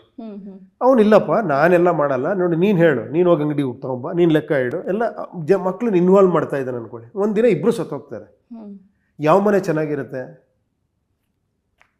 ನಿಮ್ಮ ಕೆಲಸ ನೀವು ಮಾಡ್ಕೊಳ್ಳಿ, ಪ್ರಜಾಕೀಯ ಅಲ್ವಾ? ಅವ್ರೊಂಚೂರು ಮಕ್ಕಳು ಬುದ್ಧಿವಂತರಾಗಿರ್ತಾರೆ, ಸ್ವಲ್ಪ ಕಲ್ತ್ಕೊಂಡಿರ್ತಾರೆ. ನೀವು ಏನೂ ಹೇಳ್ದೇನೆ, ಅವ್ರಿಗೆಲ್ಲ ಗೊತ್ತಾಗಲ್ಲ, ಯಾರಿಗ್ರಿ ಇಂಟ್ರೆಸ್ಟ್ ಇದೆ, ಅವ್ರ ತಾಪತ್ರೇನೆ ಅವ್ರಿಗೆ 1000 ಇದೆ, ಅವರು ಬಂದು ಇದರಲ್ಲೆಲ್ಲ ಇನ್ವಾಲ್ವ್ ಆಗ್ತಾರೆ ಅಂತ ನೀವು ಹೇಳ್ತಾ ಇದ್ದೀರಾ. ಮಾಡಿ, ನಿಧಾನಕ್ಕೆ ಇನ್ವಾಲ್ವ್ ಆಗ್ತಾರೆ ಖಂಡಿತ. ನೀವು ಆ ಜಾಗ ಕೊಟ್ಟರೆ ಪಬ್ಲಿಕ್ ಒಪಿನಿಯನ್ ಅಂತ ಎಷ್ಟೊಂದು ಮಾಡಲ್ವಾ? ಆ ಥರ ಚಿಕ್ಕದ್ರಿಂದ ಮೈಕ್ರೋ ಲೆವೆಲಿಂದ ಮ್ಯಾಕ್ರೋ ಲೆವೆಲ್ವರೆಗೂ ಮಾಡಿ. ಈಗ ಟೆಕ್ನಾಲಜಿ ಇದೆ, ಕನೆಕ್ಟ್ ಮಾಡ್ಬೋದು ನೀವು ಮೊಬೈಲಲ್ಲಿ ಅಲ್ವಾ? ಈಗ ಆಧಾರು, ಪ್ಯಾನ್ ಕಾರ್ಡ್ ಎಲ್ಲ ಯಾವ ಲೆವೆಲಿಗೆ ಕನೆಕ್ಟ್ ಆಗಿದೆ ಅಲ್ವಾ? ವರ್ಲ್ಡೇ ಕನೆಕ್ಟ್ ಆಗಿದೆ. ನೀವು ಇಲ್ಲಿಂದ ಟ್ರಾನ್ಸ್ಫರ್ ಮಾಡ್ಬೋದು ದುಡ್ಡನ್ನು. ಅಂಥ ಟೆಕ್ನಾಲಜಿ ಯುಗದಲ್ಲಿ ಯಾಕಿದೆ ಸಾಧ್ಯ ಇಲ್ಲ ಅಂತ. ಜನ ಇನ್ವಾಲ್ವ್ ಆಗ್ತಾರೆ ಖಂಡಿತ, ಚಾನ್ಸ್ ಕೊಟ್ಟರೆ. ಫಾರ್ ಎಕ್ಸಾಂಪಲ್, ನನ್ನ ರೋಡಲ್ಲಿ ನಡೀತಿರೋದಕ್ಕೆ ನಾನು ಇನ್ವಾಲ್ವ್ ಆಗ್ಬೋದು, ನನಗೆ ಅಷ್ಟೇ ಕೆಪಾಸಿಟಿ ಇರೋದು. ಅಥವಾ ನನ್ನ ಏರಿಯಾ ಅಷ್ಟು ನನಗೆ ಇನ್ವಾಲ್ವ್ ಆಗ್ಬೋದು, ನನಗೆ ದೊಡ್ಡದೆಲ್ಲ ಇನ್ವಾಲ್ವ್ ಆಗಲ್ಲ. ಅವ್ರು ಅಲ್ಲಿಗೆ ಇನ್ವಾಲ್ವ್ ಆಗ್ತಾರೆ. ಇನ್ನೂ ಕೆಪಾಸಿಟಿ ಅವರು ದೊಡ್ಡ ಲೆವೆಲ್ಗೆ ಇನ್ವಾಲ್ವ್ ಆಗ್ತಾರೆ, ಕರ್ನಾಟಕ ಲೆವೆಲ್ಗೆ ಇನ್ವಾಲ್ವ್ ಆಗ್ತಾರೆ, ಯಾವ್ದಾರ ಒಂದು ಒಪಿನಿಯನ್ ಪೋಲಲ್ಲಿ. ಇಂಡಿಯಾ ಲೆವೆಲ್ಗೆ ಇನ್ವಾಲ್ವ್ ಆಗೋರು ಒಂದಷ್ಟು ಜನ ಬರ್ತಾರೆ. ಸೊ ಇಟ್ ಡಿಪೆಂಡ್ಸ್ ಅಲ್ವಾ? ಒಂದು ಡೌಟ್ ಇದೆ ಸರ್, ಇವಾಗ ಪ್ರಜಾಕೀಯ ಸರ್ಕಾರಕ್ಕೆ ಬಂದ್ರೆ ಆ ಸರ್ಕಾರ ಹೆಂಗಿರುತ್ತೆ ಅಂತ. ಹಿಂಗೆ ಇರುತ್ತಮ್ಮ, ಎಲ್ಲ ಇರುತ್ತೆ. ಏನಂದ್ರೆ ಸಿಎಂ ಯಾರಾಗ್ತಾರೆ, ಒಂದು ಮಂತ್ರಿಗಳು ಎಲ್ಲರೂ ಹಂಗೆ ಇರ್ತಾರೆ ನೋಡಿ. ಅದೇ ಒಂದು ತಪ್ಪು ಕಲ್ಪನೆ. ನಾನೇನು ಕಂಪ್ಲೀಟ್ಲಿ ಏನೋ ಬೇರೆ ಮಾತಾಡ್ತೀನಿ ಅಂತಲ್ಲ, ಎಲ್ಲವೂ ಹಾಗೆ ಇರುತ್ತೆ. ಬಟ್ ಡಿಸಿಷನ್ ಮೇಕಿಂಗ್ ಜನಗಳ ಹತ್ರ ಇರಲಿ ಅಂತ ಅಷ್ಟೇ. Most of the decision making ಅರ್ಥ ಆಯ್ತಾ ನಿಮಗೆ? ಅಂದ್ರೆ ಈಗ ಒಬ್ರು ಯಾರೋ ಒಂದು, ಇವಾಗ ನಾನೊಬ್ಬ ಮುಖ್ಯಮಂತ್ರಿ ಅನ್ಕೊಳ್ಳಿ, ನಾನು ಡಿಸಿಷನ್ನು ಟಕ್ ಅಂತ ತೊಗೊಂತೀನಿ. ಇಲ್ಲ, ನಾನು ಈ ಥರ ಯಾವುದೋ ಒಂದು ಸಂಘ ಸಂಸ್ಥೆಗೆ 5 ಕೋಟಿ ಕೊಡ್ತೀನಿ ಅಂತ. ಸಿ, ನನಗೆ ಆ ರೈಟ್ಸ್ ಇರಬಾರ್ದು ಅಂತ ನಾನು ಹೇಳ್ತೀನಿ. ನಾನು ಕೇಳಬೇಕು ಜನನ, ನೋಡಪ್ಪ ಈ ಥರ ಕೊಡಬೇಕಾ ಬೇಡವಾ, ಈಗ ಕೊಟ್ಟರೆ ಈ ಥರ ಆಗುತ್ತೆ. ಇವರೊಂದು ಸಂಘ ಎಜುಕೇಷನ್ ಇದು ತೆಗಿತಾರೆ, ಇಲ್ಲಿ ಜನಗಳಿಗೆ ಏನೋ ಮಕ್ಕಳಿಗೆ ಇದು ಕೊಡ್ತಾರೆ, 4 ಪಾಯಿಂಟ್ ಇದು ಕೊಟ್ಟರೆ ಅವರು ಅದನ್ನು ನೋಡ್ಕೊತಾರೆ, ನಿಮಗೆಲ್ಲ ಹೆಲ್ಪ್ ಆಗುತ್ತೆ ಜನಕ್ಕೆ. ಇದು ಮಾಡ್ಬೋದಲ್ವ? SR ನೋ ಪೋಲಿಂಗ್ ಮಾಡ್ಬೋದಲ್ವಾ? ಇಷ್ಟೇ ಹೇಳ್ತಿರೋದಷ್ಟೇ. ಮುಖ್ಯಮಂತ್ರಿ ಇರ್ತಾರೆ, MLAಗಳು ಇರ್ತಾರೆ, ಎಲ್ಲರೂ ಇರ್ತಾರೆ, ಎಲ್ಲ ಸ್ಟ್ರಕ್ಚರ್ ಹಂಗೆ ಇರುತ್ತೆ. ಬಟ್ ಅಧಿಕಾರ ಜನಗಳ ಕೈಲಿ ಇರಬೇಕು. ಅದು ನಿಜವಾದ ಪ್ರಜಾಪ್ರಭುತ್ವ ಅಂತ. ಸಿ, ಎಲ್ಲವನ್ನೂ ಮಾಡೋಕ್ಕಾಗದೇ ಇರ್ಬೋದು ನಿಮಗೆ. ಕೆಲವೆಲ್ಲ ನೀವು ಈಗ ಸಡನ್ ಆಗಿ ಏನೋ ಕರೋನಾ ಬಂತು ಅಥವಾ ಇನ್ನೇನೋ ಆಯಿತು, ಕೆಲವು ಸ್ಪಾಂಟೇನಿಯಸ್ ಡಿಸಿಷನ್ ತೊಗೊಬೇಕಾಗತ್ತೆ. ಪೋಲಿಂಗ್ ಮಾಡೋಕ್ಕಾಗಲ್ಲ ನಿಮಗೆ. ಅಂಥದ್ದು ನೀವು ಡಿಸಿಷನ್ ತೊಗೊಂಡು ನಾವು ಅದನ್ನೇ ಮಾಡಿದ್ದೀವಿ, ಅದು ಒಂದು 6 ತಿಂಗಳು ಒಂದ್ಸತಿ ಪೋಲಿಂಗ್ ಮಾಡ್ತೀವಿ ಅಥವಾ ವರ್ಷಕ್ಕೆ ಒಂದ್ಸತಿ ಪೋಲಿಂಗ್ ಮಾಡ್ತೀವಿ ಅನ್ಕೊಳ್ಳಿ. ಅದರಲ್ಲಿ ಅವನು ಅದನ್ನು ಹೇಳಬೇಕು, ಆ್ಯಕ್ಚುಲಿ ನಾನು ಈ ಥರ ಜನಗಳು ಕೇಳಿದೆ ಈ ಡಿಸಿಷನ್ ತೊಗೊಂಡೆ ಬಿಕಾಸ್ ಆಫ್ ದಿಸ್ ರೀಸನ್, ನೀವು ಕರೆಕ್ಟ್ ಅಂದರೆ ನಾನು ಮುಂದುವರಿಸಿ ಅಂತ. ಈಗ ಅವ್ನು ತಪ್ಪು ಮಾಡಿದ್ರೆ ಆ ಥರ ಜನಕ್ಕೆ ಇಳಿಸುವಂಥ ರೈಟ್ಸ್ ಇರಬೇಕು. ರೈಟ್ ಟು ರೀಕಾಲ್ ಬರಬೇಕು ಆ್ಯಕ್ಚುಲಿ ಕಾನ್ಸ್ಟಿಟ್ಯೂಷನಲ್ಲಿ, ಅದಿಲ್ಲ ಇವಾಗ. ಸೊ ಅದನ್ನು ಮತ್ತೆ ಯಾರು ಡಿಮ್ಯಾಂಡ್ ಮಾಡಬೇಕು? ನಾವೇ ಡಿಮ್ಯಾಂಡ್ ಮಾಡಬೇಕು, ಜನಗಳು ಅಲ್ವಾ? ಅದಕ್ಕೊಂದು ದಾರಿ ಮಾಡಿದ್ದೀವಿ ಅಷ್ಟೇ ನಾವು. ಸರ್, ಇವಾಗ ನೀವು ಹೇಳಿದ್ರಿ ಜನಗಳ ತೀರ್ಮಾನ ಅಂದರೆ ಅವ್ರಿಗೆ ಬಿಟ್ಬಿಡ್ತೀವಿ ನಾವು, ಅವ್ರು ಯಾವ ಥರ ತೀರ್ಮಾನ ತಗೊಳ್ತಾರೆ ಅಂತ. ಈಗ ಜನಗಳ ಅಭಿಪ್ರಾಯವನ್ನು ಎಲ್ಲ ಒಂದು ಒಗ್ಗೂಡಿಸಿ ಅದಕ್ಕೆ ಅಂತ ಒಂದು ಸಮಿತಿ ಕೂಡ, ಪ್ರಾದೇಶಿಕ ಸಮಿತಿ ಕೂಡ ರಚನೆ ಮಾಡಬೇಕಾಗತ್ತೆ. ಸೊ ಇವಾಗ ಜನರ ಮೇಲೆ ಎಲ್ಲ ಬಿಟ್ರಿ ಅಂತಂದರೆ ಆ ಸಮಿತಿ ಕತೆ ಏನು ಅಂತ? ಏನು ಜನರ ಮೇಲೆ ಏನು ಬಿಟ್ಟಿರೋದು? ಇವಾಗ ಎಲೆಕ್ಷನ್ ಜನರ ಮೇಲೆ ತಾನೇ ಬಿಟ್ಟಿರೋದು. ಇವಾಗ ಎಲೆಕ್ಷನ್ ಆಯ್ತು ಸರ್, ಇವಾಗ ಅಧಿಕಾರ ನಾನು ಹೇಳಿ ಎಲೆಕ್ಷನ್ ಇವಾಗ ಜನರ ಮೇಲೆ ತಾನೇ ಬಿಟ್ಟಿರೋದು. 5 ವರ್ಷಕ್ಕೆ ಒಂದ್ಸತಿ ಎಲೆಕ್ಷನ್ ಬರುತ್ತೆ, ಎಲ್ಲ ಜನರ ಮೇಲೆ ಬಿಟ್ಟಿದ್ದೀವಿ. ಇವಾಗ ಜನನೇ ಡಿಸೈಡ್ ಮಾಡ್ತಾರೆ ಯಾರು ಮುಖ್ಯಮಂತ್ರಿ, ಯಾವ ಪಕ್ಷ ಬರಬೇಕು, ಯಾರು MLA ಆಗಬೇಕು, ಜನನೇ ತಾನೇ ಡಿಸೈಡ್ ಮಾಡೋದು. ಹಂಗಾರೆ ಇದೇ ರಾಂಗ್ ಇರ್ಬೇಕು. ಹಂಗಾರೆ ಜನ ಡಿಸೈಡ್ ಮಾಡಬಾರ್ದಂಗಾರೆ.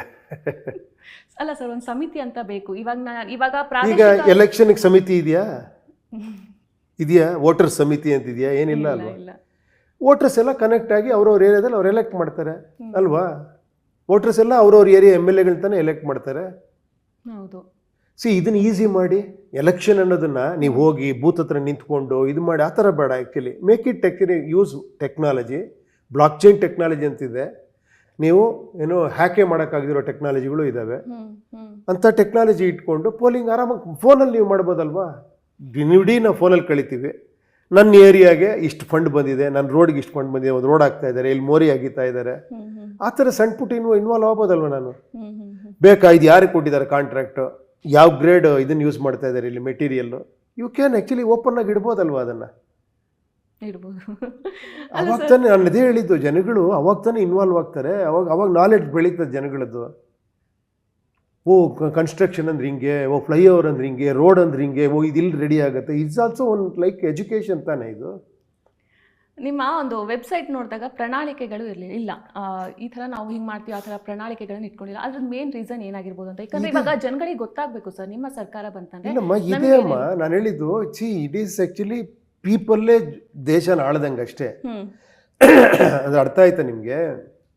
ಪ್ರಣಾಳಿಕೆ ನಾನು ಇವಾಗ ನೋಡಿ, ನಾನು ಮುಂಚೆಯಿಂದ ಹೇಳ್ತಾ ಇದ್ದೀನಿ, ಪ್ರಣಾಳಿಕೆ ಕೊಡಬೇಕಂದ್ರೆ ಅದಕ್ಕೆ ಬಡ್ಜೆಟ್ ಇಟ್ಟು ಇಷ್ಟು ವರ್ಷ ಕಾಲಮಿತಿಲಿ ನಾವು ಇದನ್ನು ಮಾಡ್ತೀವಿ ಅಂತ ವಿತ್ ಎಕ್ಸ್ಪರ್ಟ್ಸ್ ಇಟ್ಕೊಂಡು ನಾನು ಪಕ್ಕಾ ಪ್ಲ್ಯಾನ್ ಮಾಡಿ ಇದನ್ನು ಮಾಡಿಲ್ಲ ಅಂದರೆ ನಾನು ಇಳಿಸೋ ಒಂದು ಅಧಿಕಾರ ನಿಮ್ಮ ಕೈಲಿ ಇದೆ ಅಂತ ಹೇಳಿದಾಗ ಅದು ಸೂಕ್ತವಾದ ಪ್ರಣಾಳಿಕೆ. ಕರೆಕ್ಟ್ ತಾನೆ? ಸುಳ್ಳು ಪ್ರಣಾಳಿಕೆ ಅಲ್ಲ ನಾನು ಹೇಳ್ತಾ ಇರೋದು.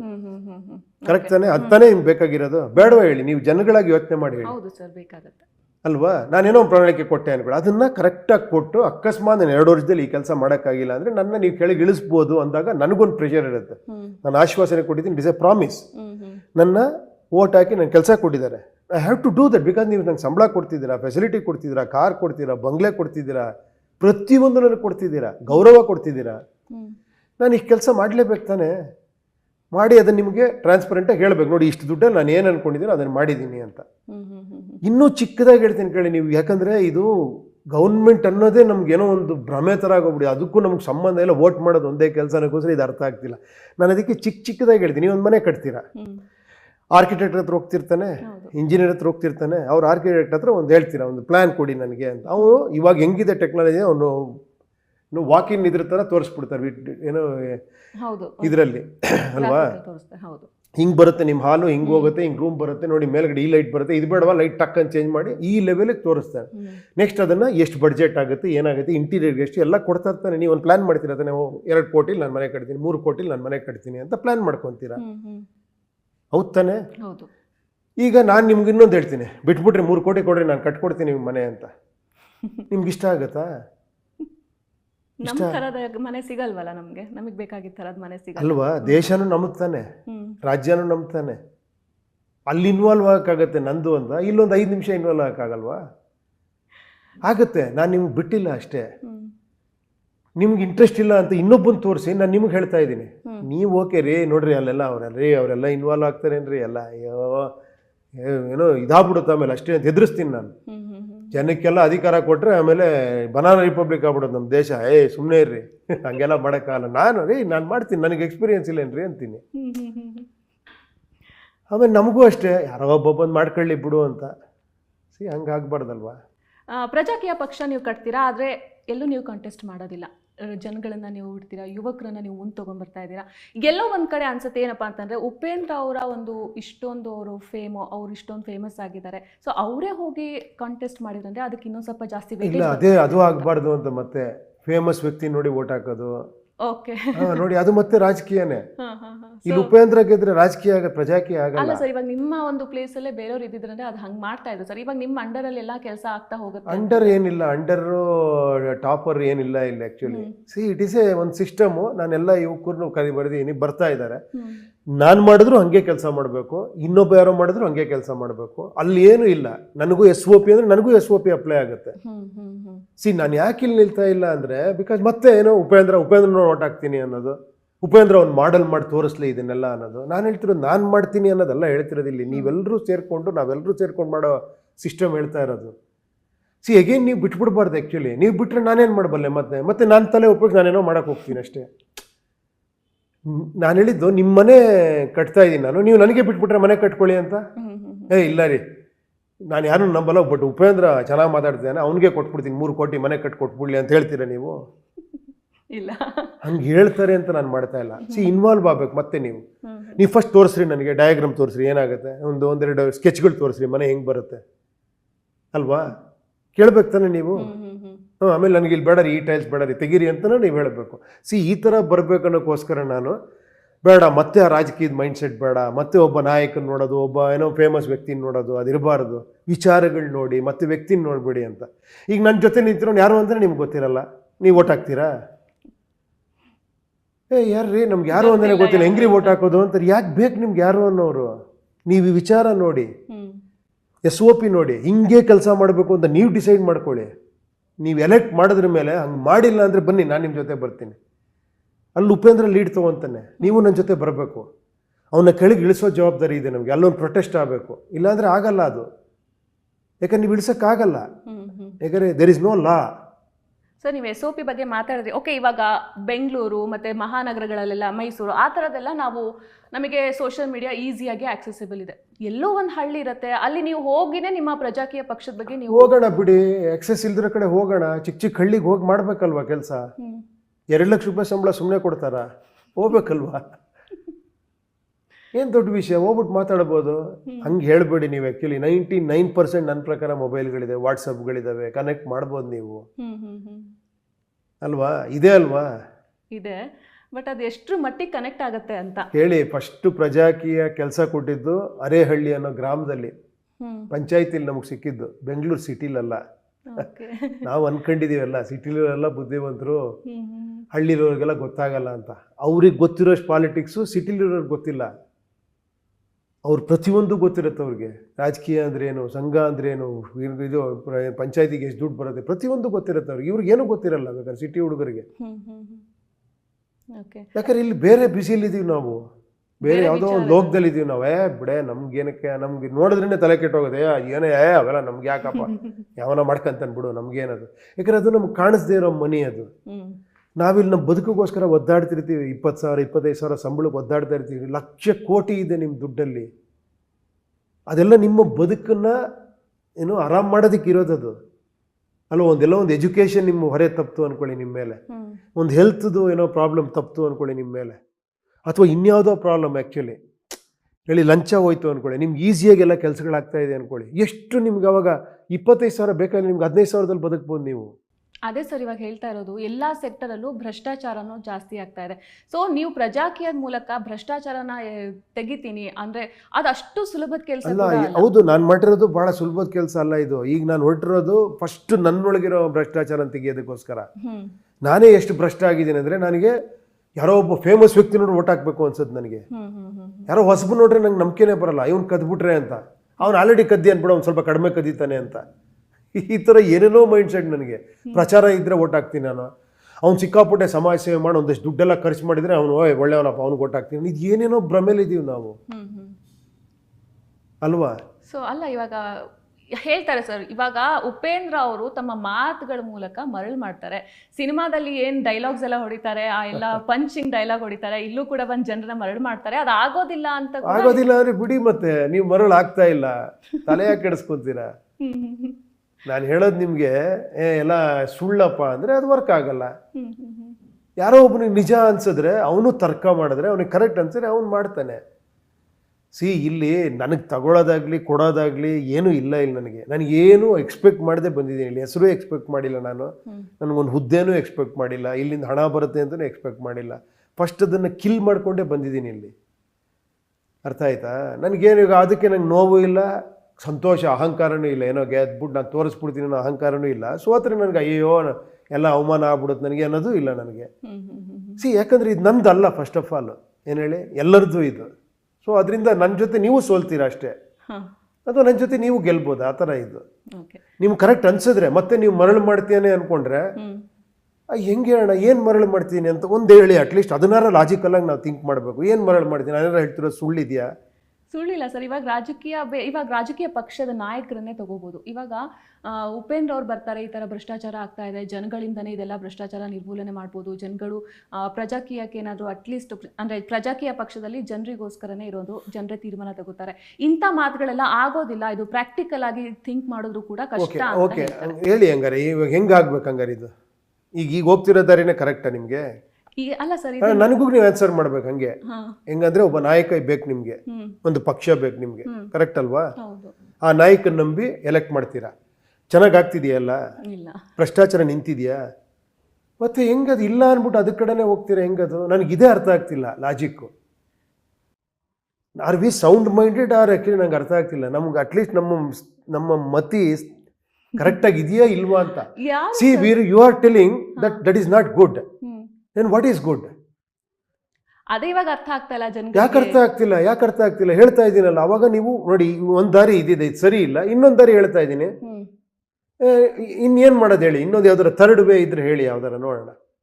ಸೊ ಇದು ಒಂದು ರೀತಿಯಾಗಿ ಹೇಳಿದ್ರಲ್ಲ, ನಿಮಗೆ ಮರಳು ಮಾಡ್ತಾರೆ ಅಂತಂದ್ರೆ, ಸೊ ಇದ್ರದ್ದು ಏನು ಮರಳು ಮಾಡುವಂಥ ಪ್ರಶ್ನೆನೇ ಇಲ್ಲ. ಪ್ರಜಾಕೀಯ ಅಂದರೆ ಅದು ಫುಲ್ ಪಾರದರ್ಶಕತೆ ಇದೆ, ಜನಗಳಿಗೋಸ್ಕರ ಇರುವಂತಹ ಪಕ್ಷ ಇದು, ಜನರು ತೀರ್ಮಾನ ತೆಗೆದುಕೊಳ್ಳುವಂತಹ ಪಕ್ಷ ಇದು. ಸೊ ಈ ಪ್ರಜಾಕೀಯ ಪಕ್ಷ ಏನಾದರೂ ಸರ್ಕಾರ ರಚನೆ ಮಾಡ್ತು ಅಂತ ಆಗಿದ್ದೆ ಆಯ್ತಂದ್ರೆ, ಇಲ್ಲಿರುವಂತಹ ಭ್ರಷ್ಟಾಚಾರಗಳನ್ನ ಎಷ್ಟು ಬೇಗ ನೀವು ನಿರ್ಮೂಲನೆ ಮಾಡ್ಬೋದು, ಎಷ್ಟು ನೀವು ಎಂತೆಂಥ ಡಿಸಿಷನ್ನ ತೆಗೆದುಕೊಳ್ಳಬಹುದು? ಕೇಳಿ, ಒಂದೇ ಒಂದು ಹೇಳ್ತೀನಿ ಕೇಳಿ. ನೀವು ಭ್ರಷ್ಟಾಚಾರ ನಿರ್ಮೂಲನೆ ಒಂದೇ ಒಂದು ದಾರಿ ಇರೋದು ಪಾರದರ್ಶಕತೆ ಅಲ್ವಾ?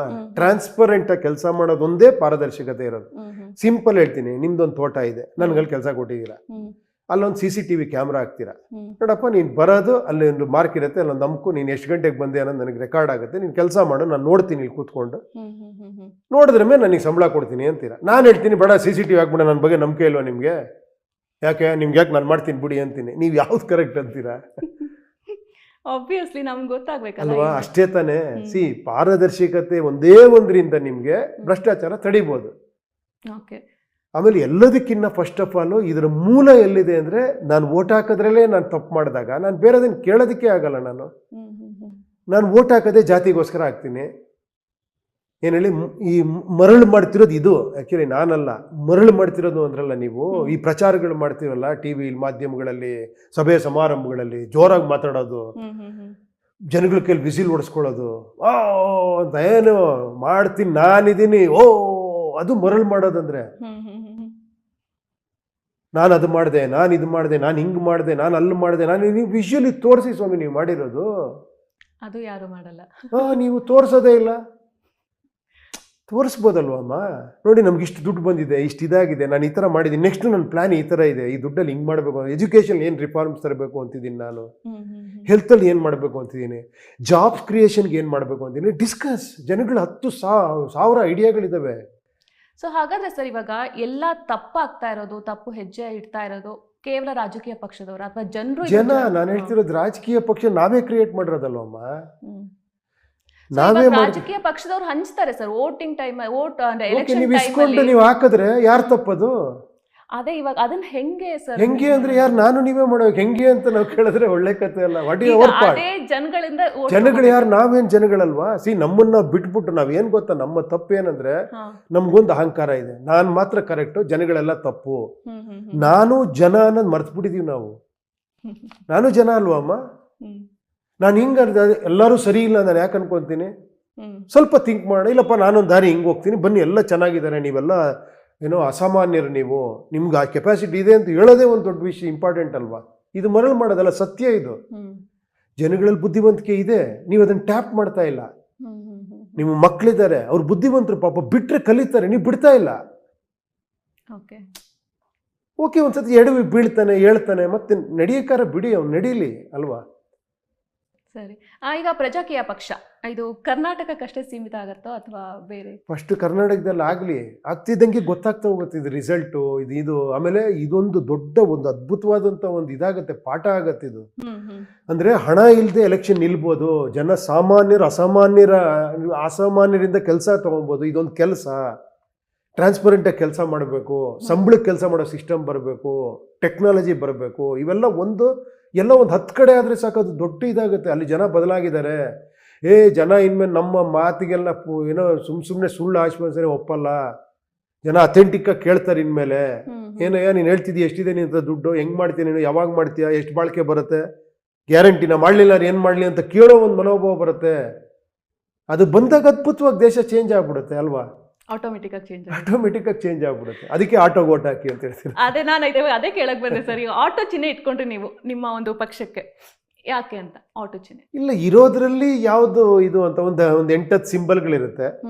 ಸೊ ಅದರಲ್ಲಿ ಓಕೆ, ಆಟೋ ಜನಸಾಮಾನ್ಯರು ಓಡಾಡೋವಂಥದ್ದು, ಈ ಥರದ್ದು ಆ್ಯಕ್ಚುಲಿ ಎಲ್ಲರಿಗೂ ತಿಳಿದಿರೋ ಅಂಥದ್ದು, ಕನೆಕ್ಟ್ ಆಗೋದು, ಆ ಥರದ್ದು ಅನ್ಕೊಂಡು ಮಾಡಿದ್ದೆ ಅಷ್ಟೇ. ಎಷ್ಟು ಕ್ಷೇತ್ರಗಳಲ್ಲಿ ನಿಮ್ಮ ಅಭ್ಯರ್ಥಿಗಳನ್ನ ನಿಲ್ಲಿಸಿದ್ದೀರಾ? ಈಗ ಗೊತ್ತಿಲ್ಲಮ್ಮ, ಇವಾಗ ಈಗ ಸೆಲೆಕ್ಟ್ ಮಾಡಿರೋದು ಒಂದು 130-140 ಕ್ಷೇತ್ರ ಮಾಡಿದ್ದೀವಿ. ಅದರಲ್ಲಿ ಎಷ್ಟು ಜನ ಗೊತ್ತಿಲ್ಲ, ಇನ್ನು ಫೈನಲ್ ಆಗಿ ವಿತ್ ಡಾಕ್ಯುಮೆಂಟೇಶನ್ ಎಲ್ಲ ನೋಡಿದಾಗ ಎಷ್ಟು ಅಂತ ಸದ್ಯದಲ್ಲೇ ಹೇಳ್ತೀನಿ ನಾನು.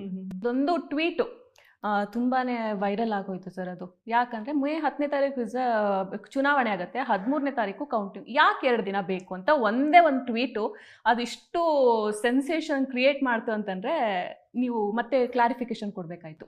ಇಲ್ಲ ಕೇಳಿ, ನಾನು ಹೇಳಿದ್ದೆ, ಯಾಕಂದ್ರೆ ಡಿಜಿಟಲ್ ಅಂತ ಬಂದಾಗ ನಾವು ಇದೆಲ್ಲ ನೋಡಿರ್ತೀವಲ್ಲ, ಎಲ್ಲ ನಮ್ಮ ಪ್ರಧಾನಮಂತ್ರಿಗಳು ಹಿಂಗಂದು ಎಲ್ಲರ ಅಕೌಂಟ್ಗೂ ದುಡ್ಡು ಹೋಗುತ್ತೆ ಅಂದಾಗ ನಾವು ಅಕೌಂಟ್ ಟ್ರಾನ್ಸ್ಫರ್ ಮಾಡ್ತೀವಿ.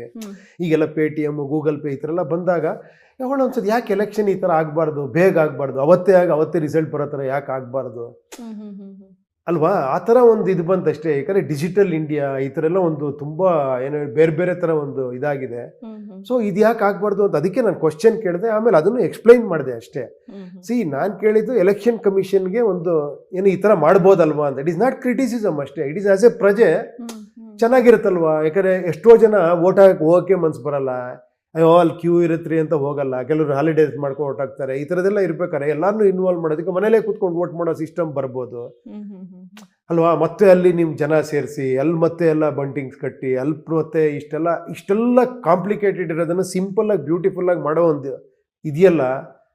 ಇದನ್ನು ನಾನು ಅವಾಗ ಹೇಳ್ತಿರ್ತೀನಿ. ಇವಾಗ ಅದು ಎಲೆಕ್ಷನ್ ಟೈಮಲ್ಲಿ ಹೇಳಿದ್ದಕ್ಕೆ ಇದಾಯಿತು, ಬ್ಲಾಕ್ ಚೈನ್ ಅಂತಲೂ ನಾನು ಮಾತಾಡಿದ್ದೀನಿ. ಸೊ ಈ ಥರ ಬರ್ಬೋದಲ್ಲ ಅಂತ ಕೇಳಿದಷ್ಟೇ ಹೊರತು ಅದನ್ನು ಏನೋ ಬೇರೆ ಥರ ಅದು ನನಗೆ ಅರ್ಥ ಆಗಿಲ್ಲ. ಯಾಕೆ ಇದ್ದಕ್ಕಿದ್ದಂಗೆ ಕೆಲವು ರಾಜಕೀಯ ಪಕ್ಷಗಳು ಅವರೆಲ್ಲ ಮಾತಾಡೋಕೆ ಶುರು ಮಾಡಿ, ಎಲ್ಲಪ್ಪ ಏನು ತಪ್ಪೇನಿದೆ ಅದರಲ್ಲಿ ಹೇಳಿದ್ರೆ ಹೇಳಿ ಅಂತ ಹೇಳಿದೆ. ಏನ್ರಿ ಅಷ್ಟು ಗೊತ್ತಿಲ್ಲ ಅನ್ಕೊಳಪ್ಪ, ನನಗೆ ಗೊತ್ತಿಲ್ಲ. ಹೌದಪ್ಪ, ಗೊತ್ತಿಲ್ಲದೇನೆ ಕೇಳ್ತೀನಿ. ಗೊತ್ತಿಲ್ಲದೇ ಇದ್ರೆ ಕಲಿಬೇಕಲ್ವ ನಾವು. ಅವಾಗ ಒಂದಷ್ಟು ಜನ ಹೇಳ್ರಿ, ಇಲ್ಲ ರೀ ಅದೆಲ್ಲ ಏನು ಸೇರಿಸ್ತಾರೆ, ಅದನ್ನ ತೊಗೊಂಡೋಗೆಲ್ಲ ಒಂದು ರೂಮಲ್ಲಿ ಇಡ್ತಾರೆ, ಅದನ್ನ ಸೆಕ್ಯೂರಿಟಿ ಕೊಡ್ತಾರೆ, ಆಮೇಲೆಲ್ಲ ಕೌಂಟಿಂಗ್ ಮಾಡೋರೆ ಬೇರೆಯವರು ಇವರೇ ಹೇಳಿದ್ರು. ಓಕೆ, ನೀವು ವೋಟ್ ಮಾಡಿ ಬರ್ತಿದ್ದಂಗೆ ನಿಮ್ಗೆ ಅದು ಕೌಂಟ್ ಆಗಕ್ಕೆ ಶುರುವಾಗಿರುತ್ತೆ ಆ್ಯಕ್ಚುಲಿ ಅಲ್ವಾ? ನಾವು ಆ್ಯಕ್ಚುಲಿ ಎಲೆಕ್ಟ್ರಾನಿಕ್ ಮೀಡಿಯಾನೇ ನಾವು ವೋಟ್ ಮಾಡ್ತಾ ಇರೋದು. ಸೊ ಅದನ್ನ ಡಿಜಿಟಲ್ ಮಾಡಕ್ ಆಗತ್ತಲ್ಲ ಅನ್ನೋದಕ್ಕೋಸ್ಕರ ಕೇಳಿದೆ ಅಷ್ಟೇ. ಸೊ ಅದು ಬೇರೆ ವೇಲ್ ತಗೊಂಡು ಹೋಗ್ಬಿಟ್ರು ಜನ ಅಂತ. ಇಲ್ಲ ಆಮೇಲೆ ಎಲ್ಲರಿಗೂ ಅರ್ಥ ಆಯ್ತು ಆ್ಯಕ್ಚುಲಿ. ಇವಾಗ ನೋಡಿ ಯಾವುದೋ ಒಂದು ಇದೇ ಥರ ಆಗಿತ್ತು. ಅವಳು ಅಷ್ಟೇ, ಅವಳು ಸತ್ಯ ತುಂಬ ಕಷ್ಟವಾಗಿರುತ್ತೆ, ಕೆಲವು ಟೈಮಲ್ಲಿ ಮಾತಾಡಬಾರ್ದು ಅನ್ಸುತ್ತೆ ಆ್ಯಕ್ಚುಲಿ. ಯಾವುದೋ ಒಂದು ರೇಪ್ ಆಗಿತ್ತು, ಯಾರನ್ನ ಎನ್ಕೌಂಟರ್ ಮಾಡಿದ್ರು. ಅವಾಗ ನನಗೆ ಅನ್ನಿಸ್ತು ಆ್ಯಕ್ಚುಲಿ, ಅಲ್ಲಪ್ಪ ಕೋರ್ಟ್ ಇದೆ, ಇದಿದೆ, ಎಲ್ಲ ಆಗಬೇಕಲ್ವ. ಯಾರೋ ಒಬ್ಬರು ಹಿಡಿದು ಪೊಲೀಸೇ ಡಿಸೈಡ್ ಮಾಡಿಬಿಟ್ರೆ, ಲಾನ್ ಕೈಗೆ ತೊಗೊಂಡ್ಬಿಟ್ರೆ, ನಾಳೆ ದುಡ್ಡಿರೋನು ಯಾವನೋ ಒಬ್ಬ ಏನೋ ಮಾಡಿಬಿಟ್ಟು ಯಾರೋ 3 ಜನ ಹಿಡಿದು ಫೈರ್ ಮಾಡ್ರಿ, ಅವರೇ ಮಾಡಿದಂತ ರಿಪೋರ್ಟ್ ಬರೀರಿ ಅಂತ ಮಾಡಿಬಿಡ್ಬೋದಲ್ವಾ ಅಂತ ನಾನು ಕೇಳಿದೆ. ತಪ್ಪ ಇದು? ಇಲ್ಲ, ಇದು ತಪ್ಪು ಅಂತ ಸಾವಿರಾರು ಕಮೆಂಟ್ ಮಾಡಿಬಿಟ್ರು. Yes, there is a problem. ಏನಂದರೆ ಬೇಗ ಶಿಕ್ಷೆ ಆಗಬೇಕು, ಅದು ಫಾಸ್ಟ್ ಟ್ರ್ಯಾಕಿಂಗ್ ಕೋರ್ಟ್ಸ್ ಆಗಬೇಕು, ಅದನ್ನೆಲ್ಲ ಸ್ಪೀಡಪ್ ಮಾಡಬೇಕು. ಹಂಗಂತ ವಿಚಾರಣೆ ಆಗಬಾರ್ದು ಅನ್ನೋದು ಸುಳ್ಳು ತಪ್ಪಲ್ವಾ? ಅದು ವಿಚಾರಣೆ ಆಗಬೇಕು, ಫಾಸ್ಟಾಗಿ ಆಗಬೇಕು, ಅದಿರ್ಬೇಕು. ಹಾಗಾದ್ರೆ ಇಲ್ಲಿ ನಮ್ಮ ಒಪಿನಿಯನ್ನ ನಾವು ಶೇರ್ ಮಾಡ್ಕೊಳ್ಳೋದೇ ತಪ್ಪಾಗ್ಬಿಡತ್ತಾ ಅಂತ ಒಂದೊಂದ್ಸಲ? ಅಲ್ಲ, ಏನೂ ಮಾಡೋಕ್ಕಾಗಲ್ಲ. ಅವ್ರ ಒಪಿನಿಯನ್ ಅವ್ರು ಶೇರ್ ಮಾಡ್ತಾರೆ, ಏನೂ ಮಾಡೋಕ್ಕಾಗಲ್ಲ. ಒಬ್ಬರು ಏನ್ರಿ ಮಾತಾಡ್ತೀರಾ ಅಂತಾರೆ, ಒಬ್ರು ಕಾರವಾಗಿ ಮಾತಾಡ್ತಾರೆ. ಆಮೇಲೆ ನನಗೆ ಅರ್ಥ ಆಗ್ತಿಲ್ಲ, ನೀವು ಕೆಟ್ಟ ಪದಗಳು ಬಳಸೋದು, ಆಮೇಲೆ ಏನೇನೋ ಬಾಯಿಗೆ ಬಂದಂಗೆ, ನನಗೆ ಅರ್ಥನೇ ಆಗಲ್ಲ. ಅಷ್ಟು ನೀವು ಫ್ರಸ್ಟ್ರೇಟ್ ಆಗೋಗ್ಬಿಟ್ಟಿದ್ದೀರಾ ಜನ ಅಂತ. ಯಾಕಂದರೆ ಏನಾಗ್ಬಿಟ್ಟಿದೆ ಅವ್ನಿಗೇನೋ ಕೆಟ್ಟದಾಗಿ ಬರೆದ್ರೆ ಅವ್ನಿಗೇನೋ ಒಂದಿದೋ, ಅಥವಾ ಅದಕ್ಕೆ ಫೀಡಿಂಗ್ ಆಗ್ತಾ ಇದೆಯೋ. ಅದು ಕೆಲವರು ಬಿಡಿ, ಎಲ್ಲರೂ ಅಲ್ಲ. ತುಂಬ ವಿಚಾರವಂತರಾಗಿ ಬ್ಯೂಟಿಫುಲ್ಲಾಗಿ ಕಮೆಂಟ್ ಮಾಡೋರು ಇದೆ, with respect, due respect comment ಮಾಡೋರು ಇದ್ದಾರೆ. ಇನ್ನೊಬ್ಬ ಅವನ ಏನಲ್ಲ ನಿನಗೇನೋ ಅಂತ, ಅವಾಗ ಅರ್ಥ ಆಗುತ್ತದೆ. ಯಾಕಂದ್ರೆ ಪಾಪ ಅವ್ನ ಫ್ರಸ್ಟ್ರೇಷನ್ನು, ಅಥವಾ ಅವ್ನಿಗೆ ಯಾರೋ ದುಡ್ಡು ಕೊಟ್ಟಿರ್ಬೋರೋ ಏನೋ, ಅವ್ನಿಗೇನು ಫ್ರಸ್ಟ್ರೇಷನ್ ಇದೆಯೋ ಅವನು ಅದನ್ನು ಬೇರೆಯವ್ರ ಥರ ತೀರಿಸ್ಕೊಂತಾನೆ ಅವನು. ಅದು ಇಟ್ ಶೋಸ್ ಆ್ಯಕ್ಚುಲಿ ನಮ್ಮ ಸೊಸೈಟಿಲಿ ಎಂತೆಂಥವ್ರು ಇರ್ತಾರೆ ಅಂತ. ಅದನ್ನು ನಾನು ಯಾವಾಗಲೂ ಹೇಳ್ತಾ ಇರ್ತೀನಿ, ಇವ್ರಿಗೂ ಹೇಳ್ತೀನಿ, ಮಕ್ಕಳ ಥರ ಜನಗಳನ್ನ ನಾವು ನಿಜವಾಗ್ಲೂ ಪ್ರೀತಿಸಿ ಬರಬೇಕಿಲ್ಲಿ ಜನಗಳನ್ನ. ನಾನು ದ್ವೇಷಕ್ಕೆ ಶುರು ಮಾಡ್ರೆ, ನಾನು ಎಲ್ಲವನ್ನೂ ದ್ವೇಷಕ್ಕೆ ಶುರು ಮಾಡ್ತೀನಿ. ನನಗೆ ಎಗನೆಸ್ಟ್ ಮಾತಾಡೋದನ್ನೆಲ್ಲ ದ್ವೇಷಕ್ಕೆ ಶುರು ಮಾಡ್ತೀನಿ. ಎಷ್ಟೋ ಎಗನೆಸ್ಟಾಗಿ ಬರೀತಾರೆ, ಏನೇನೋ ಬರೀತಾರೆ, ಆದರೂ ಕೂಡ ನಾನು ಅದನ್ನು ಮತ್ತೆ ಕ್ಲಾರಿಫಿಕೇಶನ್ ಕೊಡ್ತೀನಿ. ಸಣ್ಣದಾಗಿ ನಾನೆಲ್ಲ ಒಂದು ಸ್ವಲ್ಪ ಎಕ್ಸ್ಟ್ರಾ ಮಾತಾಡ್ತೀನಿ. ನನಗೆ ಅಂತದೆ ಇದೆಲ್ಲ ಮಾತಾಡಬಾರ್ದು ಆ್ಯಕ್ಚುಲಿ, ಇನ್ನೂ ನಾನು ಪರ್ಫೆಕ್ಟ್ ಆಗಬೇಕು ಅಂತ. ಅದು ನಮ್ಮಲ್ಲೂ ಒಂದು ಬದಲಾವಣೆಗಳಾಗ್ತಾ ಇರುತ್ತೆ ಆ್ಯಕ್ಚುಲಿ. ಇವಾಗ ನಿಮ್ಮ ಸಿನಿಮಾಗಳು ಬೇರೆ ಸಿನಿಮಾಗೆ ನೋಡಿದ್ರೆ ನಿಮ್ಮ ಸಿನಿಮಾಗಳು ಒಂದು ಸ್ವಲ್ಪ ಡಿಫ್ರೆಂಟ್. ಯಾಕಂದರೆ ನಾವು ಏನೋ ಕಥೆನ ಅಂದ್ಕೊಂಡು ಹೋಗಿರ್ತೀವಿ, ಆ ಸಿನಿಮಾ ಹಾಲಲ್ಲಿ ಹೋಗಿ ಕೂತು ನೋಡಿದಾಗ ಕತೆ ಬೇರೆನೇ ಇರುತ್ತೆ. ಯಾಕೆ ಇಷ್ಟು ಕನ್ಫ್ಯೂಸ್ ಮಾಡ್ತೀರಾ ಅಂತ ಜನಗಳಿಗೆ? ನಮ್ಮ ಕನ್ಫ್ಯೂಸ್ ಅಲ್ಲ, ಎಗೇನ್ ನೋಡಿ, ಪ್ರಜಾಕ್ಕೆ ಹೇಳ್ತಿದ್ರೆ ಕನ್ಫ್ಯೂಷನ್ ಅಂತೀರಾ. ಯಾಕಂದರೆ ನಾವು ಬೇರೆ ದಾರಿಲಿ ಸೆಟ್ಲ್ ಆಗ್ಬಿಟ್ಟಿದ್ದೀವಿ, ಈಸಿಯಾಗಿ ಒಂಥರ ಖುಷಿ ಆಗ್ಬಿಟ್ಟಿದೆ. ಏನು ಹೇಳಿ, ಆ ಕೊಚ್ಚಲೆ ಬಿದ್ದು ಒದ್ಲಾಡಿ ಅದರೊಳಗೆ ಎಂಜಾಯ್ ಮಾಡ್ತಾ ಇದೀವಿ. ಸ್ವಲ್ಪ ಈ ಕಡೆ ಕರೆದಾಗ ನಿಮ್ಗೆ ಅನ್ಕಂಫರ್ಟಬಲ್ ಅನ್ಸುತ್ತೆ. ಇಲ್ಲಪ್ಪ ಇಲ್ಲಿ ಚೆನ್ನಾಗಿದೆ ನೋಡು, ಇಲ್ಲಿ ಒಳ್ಳೆ ಸ್ನಾನ ಮಾಡ್ಬೋದು, ಇಲ್ಲಿ ಬೇರೆ ಥರ ಇದೆ ಅಂದರೆ ನಿಮ್ಗೆ ಇಷ್ಟ ಆಗಲ್ಲ. ಉಪೇಂದ್ರ ಸರ್, ಇವಾಗ ನಿಮ್ಮ ಸಿನಿಮಾ ಕತೆಗಳನ್ನು ಬಿಟ್ಬಿಡಿ, ನಿಮ್ಮ ಸಿನಿಮಾದ್ದು ಟೈಟಲ್ಗಳನ್ನು ನಾವು ಗೆಸ್ ಮಾಡೋದಕ್ಕೇನೆ ಫುಲ್ ಟೆನ್ಷನ್ ಆಗ್ಬಿಟ್ಟಿರ್ತೀವಿ. ಏನಿದು ಇಂಥದ್ದೆಲ್ಲ ಟೈಟಲ್ ಬಿಡ್ತಿದ್ದಾರೆ, ಏನು ಒಂದು ಕೈ ಚಿತ್ರ ಬಿಡ್ತೀರಾ ಅಥವಾ ವಿ ಚಿತ್ರ ಬಿಡ್ತೀರಾ ಫಸ್ಟ್ ನಿಮ್ಮ ಸಿನಿಮಾಗಳದ್ದು? ಆ ಥರ ನೋಡಿದಾಗ ಯಾಕೆ ತಲೆಗೆ ಹುಳ ಬಿಡ್ತಾರೆ? ನೋಡಿ, UI ಓಕೆನಾ, ಅದು ನಾಮತ್ರನೂ ಕಾಣಿಸುತ್ತೆ, ಯು ಡೈ ಅನ್ನೋದು ಅನ್ಸುತ್ತೆ. ಅಟ್ಲೀಸ್ಟು ಥಿಂಕ್ ಮಾಡೋ ಥರ ಇದೆಯಲ್ಲ ಅಂತ ಯೋಚನೆ ಮಾಡಿ ನೀವು. ಓಕೆ, ಒಂದು ಟೈಟ್ಲ್ ಇಟ್ಟರೆ ಟೈಟ್ಲ್ ನೋಡ್ತೀರಾ, ಚೆನ್ನಾಗಿದೆ ಅಂತ ಡಿಸೈಡ್ ಮಾಡ್ಬಿಡ್ತೀರಾ. ಇದನ್ನ ಹೆಂಗು ಹೇಳ್ಬೇಕಂದ್ರೆ AFR ಅಂದ್ರೆ ಏನು ಬರುತ್ತೆ ನಿಮ್ಮ ತಲೆಯಲ್ಲಿ? ಯಾಕೆ ಆ್ಯಪಲ್ಲೇ ಬರುತ್ತೆ? ಅಮೆರಿಕ ಯಾಕೆ ಬರಲ್ಲ? ಅಂಬರೀಷ್ ಯಾಕೆ ಬರಲ್ಲ? ಯಾಕಂದ್ರೆ ನಿಮಗೆ ಹಂಗೆ ಮಾಡಿಬಿಟ್ಟು ಬೆಳೆಸ್ಬಿಟ್ಟಿದೆ ನಿಮ್ಮನ್ನ. A for apple, B for ball ಅಂತ. ನಿಮಗೆ AFR ಒಂದಷ್ಟು ವರ್ಡ್ಸ್ ಹೇಳು ಅಂತ ನಿಮ್ಗೆ ಹೇಳ್ಕೊಟ್ಟು ನೀವು ಥಿಂಕ್ ಮಾಡ್ತಿದ್ರಿ. AFR ಏನು ಅಂತ ಒಬ್ಬ ಅಮೆರಿಕ ನೋಡೋ, ಒಬ್ಬ ಅಂಬಿಕಾ ನೋಡೋ, ಒಬ್ಬ ಇನ್ನೇನೋ ನೋಡೋನು, ಈ ಥರ ಅಲ್ವಾ? ಆ ಥಿಂಕಿಂಗ್ನ ಒಡೆದಾಕ್ಬಿಟ್ಟಿದೆ ಆ್ಯಕ್ಚುಲಿ. ಈಗ ಥಿಂಕ್ ಮಾಡು ಅಂದರೆ ಸರ್ ತಲೆಗೆ ಹುಳ ಬಿಡ್ತೀರಾ ಸರ್ ಅಂತ. ಕೊನೆಯದಾಗಿ ನಿಮ್ಮ ಫ್ಯಾನ್ಸ್ಗೆ ಮತ್ತು ಕನ್ನಡದ ಜನರಿಗೆ ಏನು ಹೇಳಕ್ಕೆ ಇಷ್ಟಪಡ್ತೀರಾ? ಏನು ಇಷ್ಟೆಲ್ಲ ಹೇಳಿರೋದು ಅವ್ರಿಗೋಸ್ಕರನೇ. ಕೊನೆ ಒಂದು ಪಂಚ್ ಲೈನ್ ಟೈಪ್ಸ್ ಏನಾದ್ರು ಒಂದು ಹೇಳ್ಬೋದಲ್ಲ? ಇಲ್ಲ, ಅಷ್ಟೇ ಹೇಳ್ತೀನಿ ಆ್ಯಕ್ಚುಲಿ. ಎಲ್ಲ ದೇವರು ಎಲ್ಲರಿಗೂ ಎಲ್ಲವನ್ನೂ ಕೊಟ್ಟಿದ್ದಾನೆ. ಏನು ಹೇಳಿ, ನಮಗೂ ಒಂದು ವಿಚಾರವಂತಿಕೆ ಕೊಟ್ಟಿದ್ದಾನೆ, ಎಲ್ಲವನ್ನೂ ಕೊಟ್ಟಿದ್ದಾನೆ. ಸ್ವಲ್ಪ ಥಿಂಕ್ ಮಾಡೋಣ. ಯಾಕಂದರೆ ವಿಚಾರ, ಎಮೋಷನ್ ಭಾಳ ನಮ್ಗೆ ಇಷ್ಟ ಆಗುವಂಥ ಮ್ಯಾಟ್ರು. ಹೃದಯಕ್ಕೆ ಸಂಬಂಧಪಟ್ಟಿರೋದು ಭಾಳ ಇಷ್ಟ ಆಗುತ್ತೆ ನಮಗೆ. ಏನು ಹೇಳಿ, ಬ್ರೈನಿಗೆ ಸಂಬಂಧ ನಮಗೆ ಮ್ಯಾಥಮೆಟಿಕ್ಸ್ ನಮ್ಗೆ ಇಷ್ಟ ಇಲ್ಲ ಯಾವಾಗಲೂ. ಯಾಕಂದರೆ ಮ್ಯಾಥಮೆಟಿಕ್ಸ್ ಹೇಳಪ್ಪ ಅಂತ. Sometimes maths is very important in your life ಅಂತ. ಏನು ಹೇಳಿ, ಮ್ಯಾಥ್ಸು ಭಾಳ ಇಂಪಾರ್ಟೆಂಟ್. ಅಟ್ಲೀಸ್ಟ್ ನೀವೇನು ಫುಲ್ಲು ನೀವು ಹೆವಿ ಓದೋದು ಬೇಕಲ್ಲ, ಸ್ವಲ್ಪ ತಿಳ್ಕೊಳ್ಳೇಬೇಕು ಜೀವನದಲ್ಲಿ ಬದುಕೋಕ್ಕೋಸ್ಕರ. ಆ ಥರ ಒಂದು ಸ್ವಲ್ಪ ವಿಚಾರಕ್ಕೂ ಬೆಲೆ ಕೊಡೋಣ ಇನ್ಮೇಲೆ. ಬರೀ ವ್ಯಕ್ತಿ ಇಷ್ಟು ವರ್ಷ ಆಗೋಯ್ತು ಅದನ್ನು. ಇನ್ನು ಮುಂದೆ ನಾವು ಬದಲಾಗಬೇಕು. ನಾವು ಬದಲಾದರೆ ನಮ್ಮ ದೇಶನೂ ಬದಲಾಗುತ್ತೆ, ನಮ್ಮ ಮುಂದಿನ ಫ್ಯೂಚರು ಬದಲಾಗುತ್ತೆ, ನಮಗೂ ಒಳ್ಳೇದದು. ಒಳ್ಳೇದಕ್ಕೋಸ್ಕರ ಅಷ್ಟೇ ಹೇಳ್ತಿರೋದು. ಖಂಡಿತ. ಆಮೇಲೆ ಇನ್ನೊಂದು ಹೇಳಕ್ಕೆ ಇಷ್ಟಪಡ್ತೀನಿ, ನಾನು ಇಲ್ಲಿ ಯಾರನ್ನೂ ಬಲಾತ್ಕಾರ ಮಾಡ್ತಿಲ್ಲ, ಫೋರ್ಸ್ ಮಾಡ್ತಿಲ್ಲ, ಏನೂ ಮಾಡ್ತಿಲ್ಲ. ನಾನೊಂದು ಹೇಳ್ತಾ ಇದ್ದೀನಿ ವಿಚಾರ ಅಷ್ಟೇ. ನಿಮ್ಗೆ ಇದು ಇಷ್ಟ ಆಗಿಲ್ಲ ಅಂದ್ರೆ ತಗೊಳ್ತೀರಿ ಅಷ್ಟೇ, ನೀವು ನನ್ನೇನು ದ್ವೇಷ ಮಾಡೋ ಅವಶ್ಯಕತೆ ಇಲ್ಲ. ಇದು ಹೆಂಗೆ ಅಂದರೆ ಅವ್ರ ಖಜಾನೆ ಇದೆ ಅಲ್ಲಿ, ನಾನದನ್ನು ದೋಚ್ಕೊಳಕ್ಕೆ ಬಂದ್ಬಿಡ್ತೀರಿ ಅನ್ನೋ ಥರ. ನಾವಿಷ್ಟು ದಿನ ಎಂಜಾಯ್ ಇವನು ಯಾವನೋ ಬಂದ್ಬಿಟ್ಟು ಈ ಖಜಾನೆ ಹೊಡ್ಕೊಂಡು ಹೋಗ್ಬಿಡ್ತೀನಿ. ಇಲ್ಲಪ್ಪ, ನಿಮ್ಮದೇಪ್ಪ ಖಜಾನೆ, ಅದು ನಿಮಗೇ ಸೇರ್ಬೇಕು. ಅದು ನಾನು ಟಚ್ಚು ಮಾಡಲ್ಲ. ಅದಕ್ಕೋಸ್ಕರ ನಾನು ಎಲೆಕ್ಷನ್ ಇಲ್ಲಲ್ಲ ಅಂತಿರೋದು. ಯಾಕಂದರೆ ಎಲ್ಲೋ ಪ್ಲ್ಯಾನ್ ಮಾಡಿ ಎಲೆಕ್ಷನ್ ಇದ್ಕೊಂಡು ಮತ್ತೆ ಇವನೇ ಏನೇನೋ ಮಾಡ್ಬಿಡ್ಬೋದು ಅಂತ. ಇಲ್ಲಪ್ಪ, ಯಾವ ಆಸೆಗಳಿಲ್ಲ. ದೇವ್ರು ನನಗೆ ಕೊಟ್ಟರು ಅಷ್ಟು ಸಾಕು. ನಿಜವಾಗ್ಲೂ ತುಂಬ ತೃಪ್ತನಾಗಿದ್ದೀನಿ ನಾನು ಆ ವಿಷಯದಲ್ಲಿ. ನನಗೆ ಇನ್ನೂ ಏನೋ ಮಾಡ್ಬೇಕು ಅನ್ನೋದು ಏನೂ ಇಲ್ಲ ನನಗೆ, ನಿಜವಾಗ್ಲೂ ಹೇಳ್ಬೇಕಂದ್ರೆ. ಸೊ ಅದನ್ನು ಹೇಳಕ್ಕೆ ಇಷ್ಟಪಡ್ತೀನಿ. ಓಕೆ ಸರ್, ಇಷ್ಟೊತ್ತು ನಮ್ಮ ಜೊತೆಗೆ ಮಾತನಾಡಿದ್ರಿ. ಪ್ರಜಾಕೀಯದ ಬಗ್ಗೆ ಒಂದಷ್ಟು ಗೊತ್ತಿಲ್ಲದೆ ಇರೋ ಅಂಶಗಳನ್ನ ಕೂಡ ನಮಗೆ ಗೊತ್ತು ಮಾಡಿಸ್ಕೊಟ್ರಿ. ಈಗ ಗೊತ್ತಾಗಿದೆಯಾ? ಇನ್ನು ಕನ್ಫ್ಯೂಷನ್ ಇಲ್ಲ, ಫುಲ್ ಕ್ಲಿಯರ್ ಆಗಿ ಹೋಗ್ಬಿಟ್ಟು. ಖಂಡಿತ ಸೀರಿಯಸ್ಲಿ. ಓಕೆ, ಯಾಕಂದ್ರೆ ಇಂಟರ್ವ್ಯೂ ಮಾಡೋದ್ರ ಮೇಲೂ ಮತ್ತೆ ಕ್ವಶನ್ ಕೇಳಬಾರ್ದು. ಇಲ್ಲ, ಕ್ಲಾರಿಟಿ ಇರಬೇಕು. ಇಲ್ಲ, ಫುಲ್ ಕ್ಲಾರಿಟಿ ಇದೆ. So thank you so much. Thank you.